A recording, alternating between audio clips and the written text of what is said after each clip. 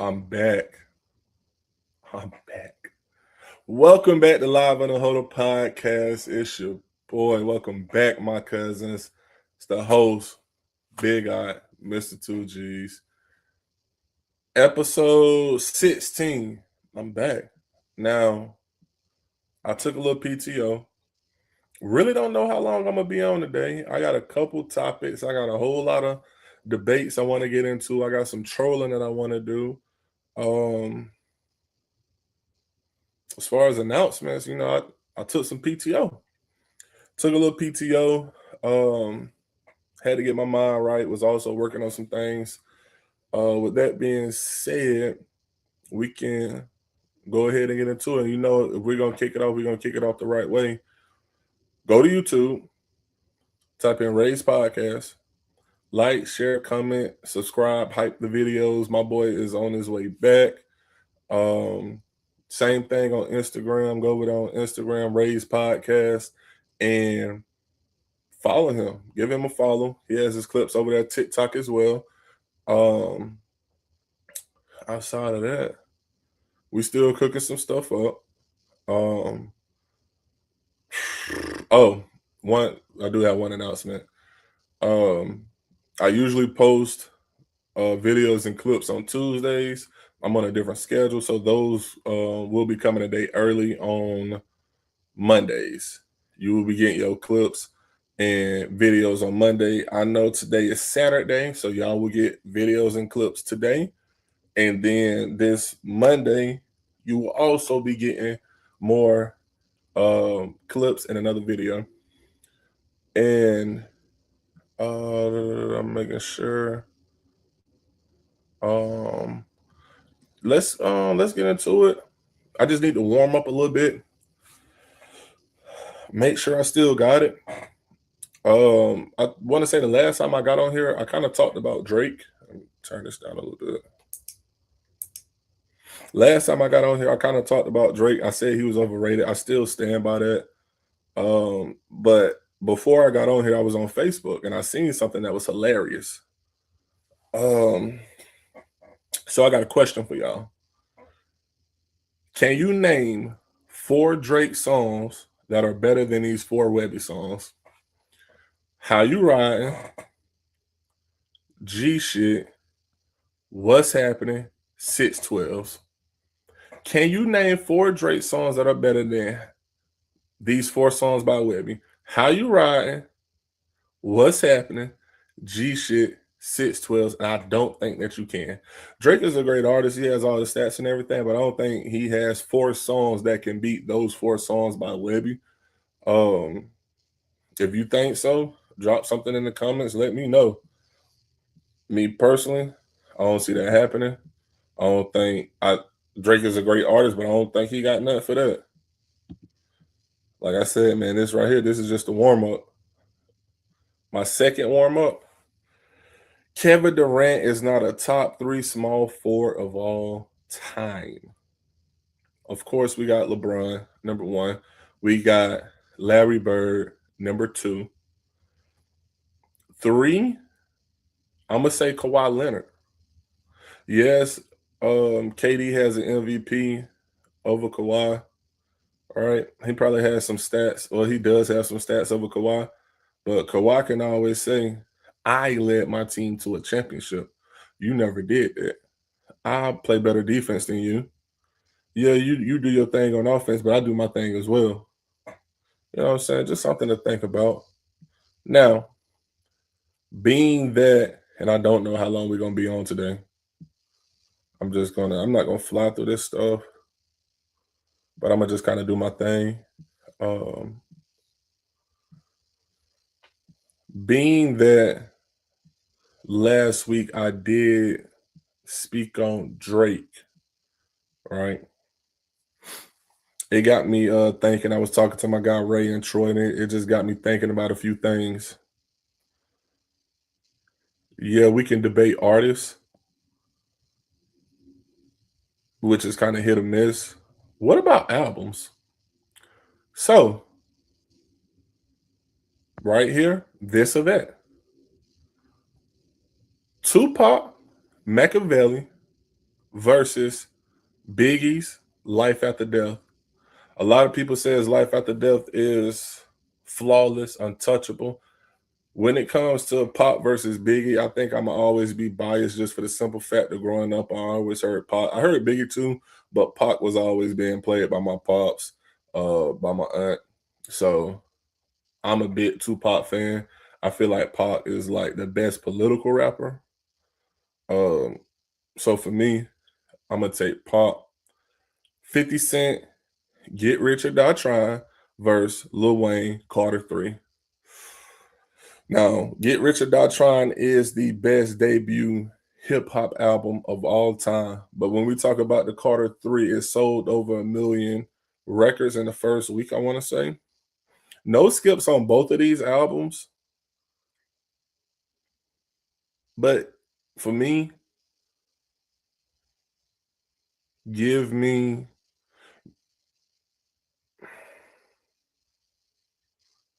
Get Rich or Die Trying. Um, then we move on to Kanye West. I believe it's My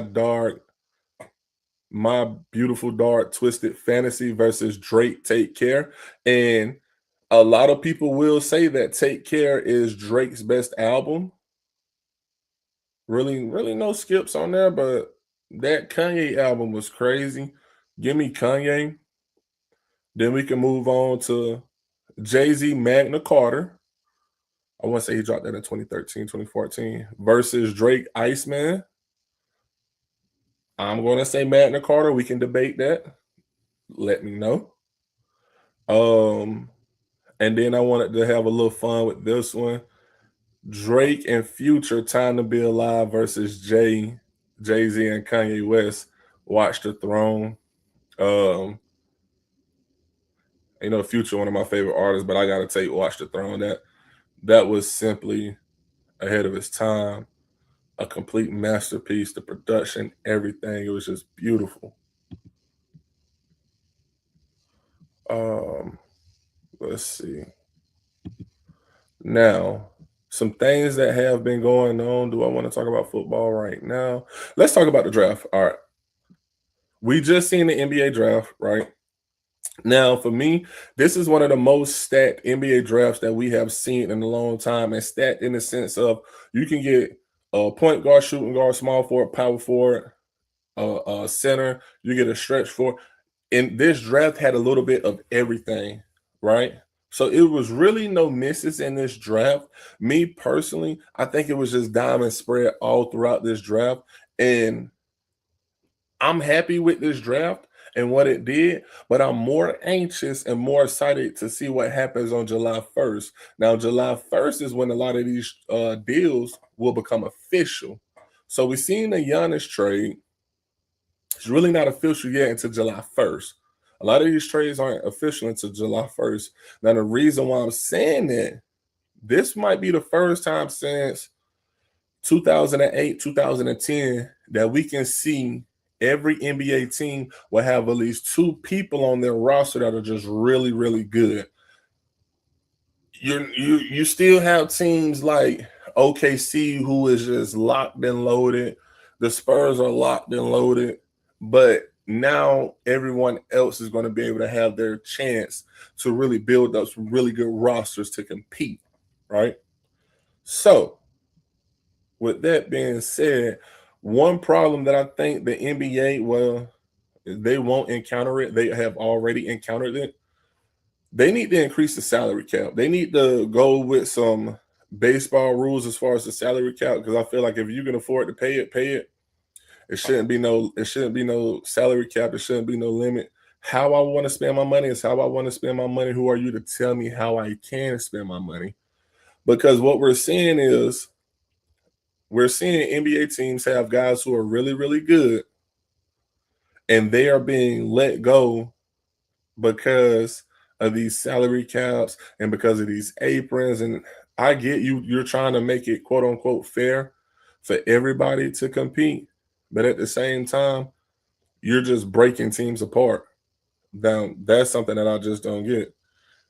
Now, Giannis to Miami. and the Bucks took a whole lot. Me personally, I don't think Giannis wanted to leave off rip, but it was just something that was going to happen. The impact of this trade, I'm just reading my notes. The impact of this trade, I feel like Giannis will be able to do some really good things down there in Miami. Um, I looking at the trade, I'm guessing the Milwaukee Bucks are trying to go ahead and rebuild. Me personally, if I'm the Bucks, I don't think that trade was worth it. Only thing you had to do was just bring in more pieces for Giannis. I mean, Giannis was communicating, letting everybody know um, how he felt. He just wanted people to come in, shoot the ball, and play defense. There's nothing wrong with that. Now the Heat, they are able to get another Hall of Fame caliber guy, right? You had LeBron James, you had Dwayne Wade, Chris Bosh, you had the Heatles, you had Shaq come with Dwayne Wade and Alonzo back in those sense, and they won the championship. One thing about Pat Riley, he's going to put a team around his superstars to win. He loves to win. I think the Heat won this trade. I feel like the Bucks played themselves. They will see in the future how they played themselves. Now, still getting into it, we have some trades. Oh, and Hartenstein intends to re-sign with the OKC Thunder. Now, we just seen the draft, how they just drafted a big man. We all assumed after the playoffs that they were going to let Hartenstein go because it was just trying to figure out what's going to be the rotation, how we're going to play these guys. The money was the main thing. Hey, OKC figured it out. They figured it out. They are planning to sign him to. I want to say it's a 3-year deal. I believe it's a 3-year deal. So you have Hartenstein, Chet. You got both of the Jalen's. You still got Dort. You got Shea. You got McCain. You you still. I want to say Caruso is coming back. You pretty much have everything. I seen that they just traded. I believe it was Isaiah Joe. I believe it was Joe. I think it was Joe. They just traded him for some second round picks. But hey man, it's a whole lot going on. Austin Reeves is signing 4 years, 185 million. Nothing has came out about LeBron trying to sign back with the Lakers or LeBron going somewhere else. Of course, we know that teams have been in contact with Rich Paul and LeBron James to see what's cracking at other spots. But the way it's looking, I think LeBron is sitting back chilling, seeing what the Lakers are going to do. I think he wants to run it back with the Lakers. It has to make sense, and I don't think make sense for the sense of money, but make sense in the sense of seeing what are y'all going to bring in for me to play with. I understand this is Luca's team now, but I'm still here. I'm still competing for championships, so we'll see. Um,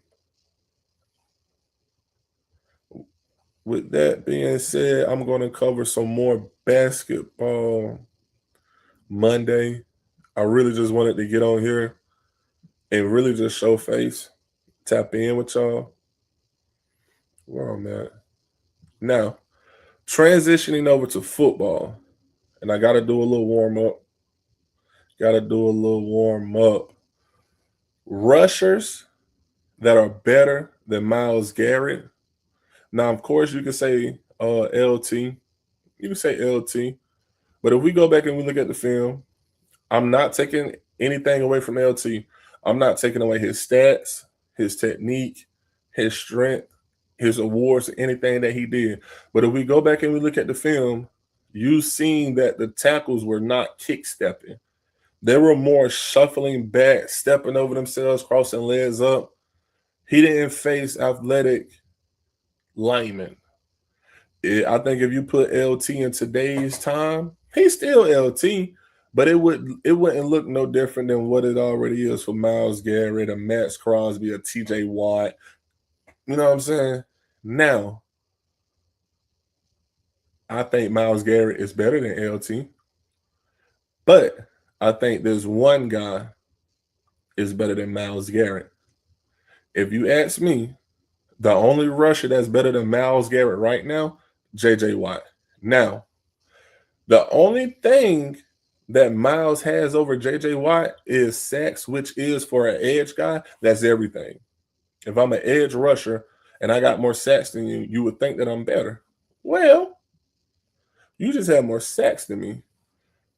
Back in 2014, JJ finished second in MVP voting, second behind Aaron Rodgers. Now, if we also go back and look at that 2014 season, JJ won Defensive Player of the Year. We all knew he was going to do that.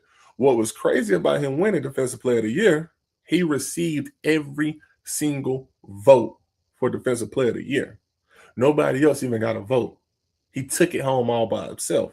And he finished second in MVP voting, right? He also has more Defensive Player of the Years over Miles Garrett, which all that can still very much change. Miles is relatively young in his career. I believe he's only 30 years old. But something else that JJ has over Miles, JJ played tight end and scored. So he played offense and defense, highly effective on offense and defense. We talking about an edge guy that's better than Miles Garrett. We're talking JJ Watt. Give me JJ Watt. Now, this is not to say that Miles will not eventually end up being better than JJ, but for right now, as where they stand, JJ is better than Miles Garrett. Now that we got that little warm up, let's do a little bit of trolling. I was sitting back and I was thinking about some things, and I think I'm gonna keep this going throughout my videos as we get closer and closer to the NFL season, as we get closer and closer to high school football and college football. With that being said,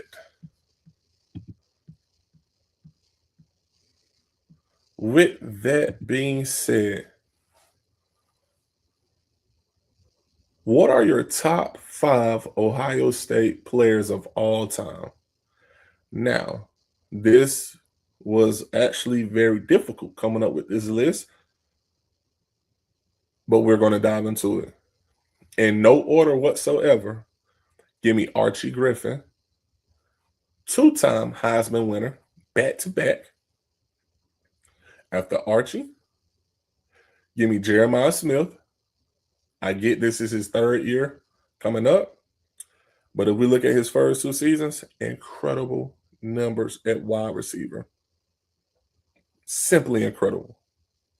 I think when we look at this 3rd year that's coming up, it'll also be incredible.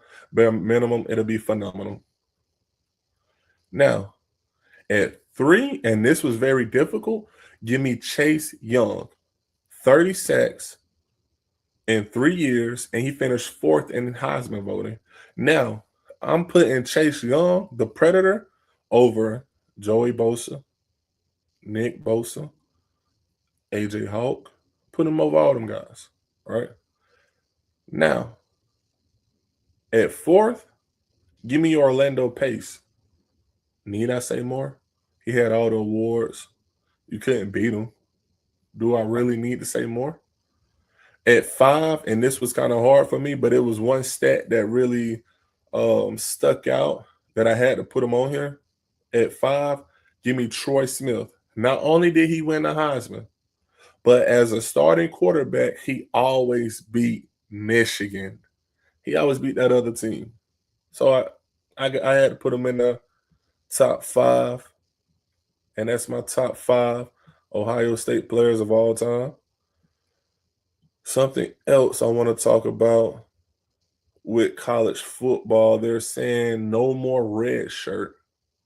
Now, it's a new rule that's being proposed that you only have 5 years of eligibility after completing high school. Now, me personally, I'm actually kind of split on how I feel about this because you still can red shirt your freshman year so you can develop and get better. right? But what they're saying is you've seen guys who had 6, 7, 8, up to like 9 years of eligibility because of COVID and because of injuries, medical red shirts, and all this other stuff. I feel like, bro, if you ain't got it after 5 years, you ain't gonna have it. Me personally. Now I can understand if you red shirted your first year, you played, and then maybe junior year you got hurt, so you could get a medical red shirt and come back and finish your career. I get that, but trying to get 7, 8 years of eligibility, bro, let it go. Especially in today's time, stack your money, let it go. Go into coaching, go start your life, do something. Um, yeah, I'm just kind of split, right? Because you red shirt your first year. Your first year you get the you red shirt. What if you get injured your senior year? Or what if you get injured your junior year? Now you got to burn a year of eligibility to recover. I'm just kind of split on it, but hopefully they figure it out. I don't know if this is because of NIL and trying to pay athletes that they're trying to get everybody out the door. We'll see. Um, Now a player that I am ready to see this year, I'm ready to see what they do. Wide receiver Ryan Williams down at the University of Alabama. The reason I'm ready to see what Ryan does this year, I want to see if he has a phenomenal year or if he has a shitty year. Last year was actually a shitty year. Um, I don't know what happened. Just couldn't catch the ball away from his body, which was weird to see. He had to catch everything with his arms or with his body. I don't know what was going on. Um, Teams figured it out. The coaching staff figured it out.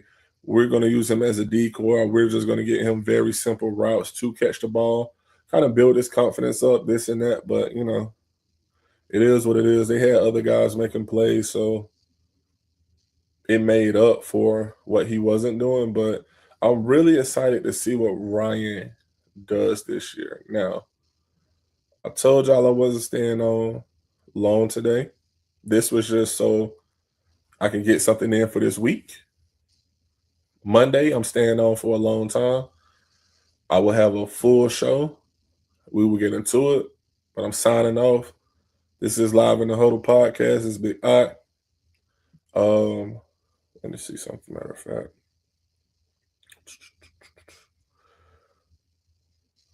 what's this? Yeah, so June 29th, we is going up. Be ready for Monday. It's going up. And I'm gonna go ahead and work on these clips, get these out for you guys so y'all can debate and argue with me. But it is what it is. It's your homie Big Up. Peace.